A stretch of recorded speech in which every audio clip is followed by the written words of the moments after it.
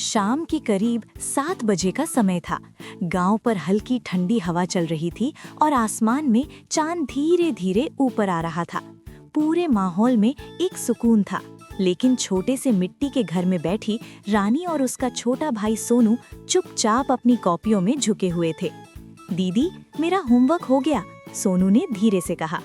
मेरा भी हो गया, रानी मुस्कुराई। चलो बाहर थोड़ी हवा खा आते हैं, लेकिन धीरे, माँ को पता नहीं चलना चाहिए। दोनों धीरे धीरे दरवाजा खोलकर बाहर निकल गए। रास्ते में चलते चलते वे अपने दोस्त मुन्ना के घर के पास पहुंच गए। अंदर से हंसी और टीवी की आवाज आ रही थी। लगता है टीवी चल रहा है, सोनू ने उत्साह से कहा। रानी ने दरवाजे पर हल्के से दस्तक दी।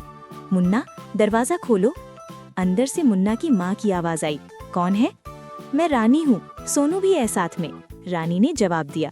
मुन्ना दरवाजा खोलने ही वाला था कि उसकी माँ ने रोक दिया। नहीं, रोज रोज यहाँ टीवी देखने आ जाते हैं, अपने घर में क्यों नहीं देखते? ये सुनकर रानी और सोनू चुप हो गए। उनकी आंखों की चमक अचानक फीकी पड़ गई। दोनों बिना कुछ बोले वापस मुड़ गए। दीदी, चलो खिड़की से देख लेते हैं, सोनू ने धीरे से कहा। दोनों घर के पीछे जाकर खिड़की के पास खड़े हो गए और अंदर झांककर टीवी देखने लगे। स्क्रीन की रोशनी उनके चेहरों पर पड़ रही थी, लेकिन दिल में थोड़ी उदासी थी। उसी समय उनके पापा खेत से काम खत्म करके लौट रहे थे। उन्होंने दूर से बच्चों को देखा और समझ गए कि क्या हो रहा है। उनका दिल अंदर से टूट गया। रात को घर में सब खाना खाने बैठे, लेकिन रानी और सोनू चुप थे। पापा ने कुछ नहीं कहा, बस उन्हें देख रहे थे।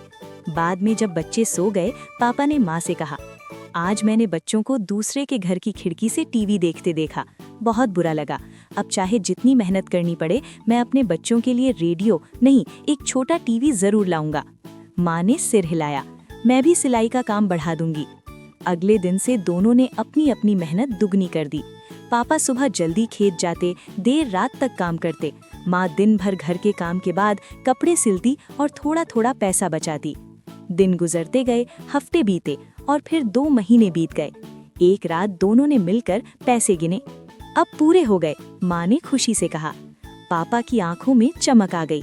कल शहर जाकर ले आता हूँ। अगले दिन सुबह सुबह पापा साइकिल लेकर शहर निकल पड़े।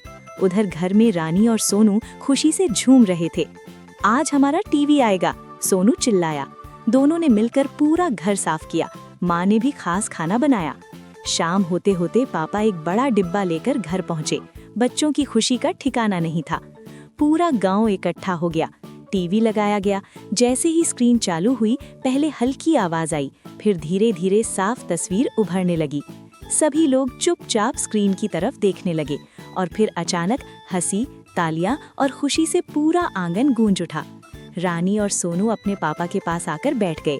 धन्यवाद पापा, रानी ने धीरे से कहा। पापा ने उनके सिर पर हाथ रखा और मुस्कुरा दिए।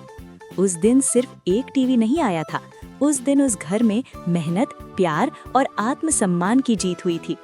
तो बताओ, क्या असली खुशी चीजों में होती है या उन्हें पाने की मेहनत में?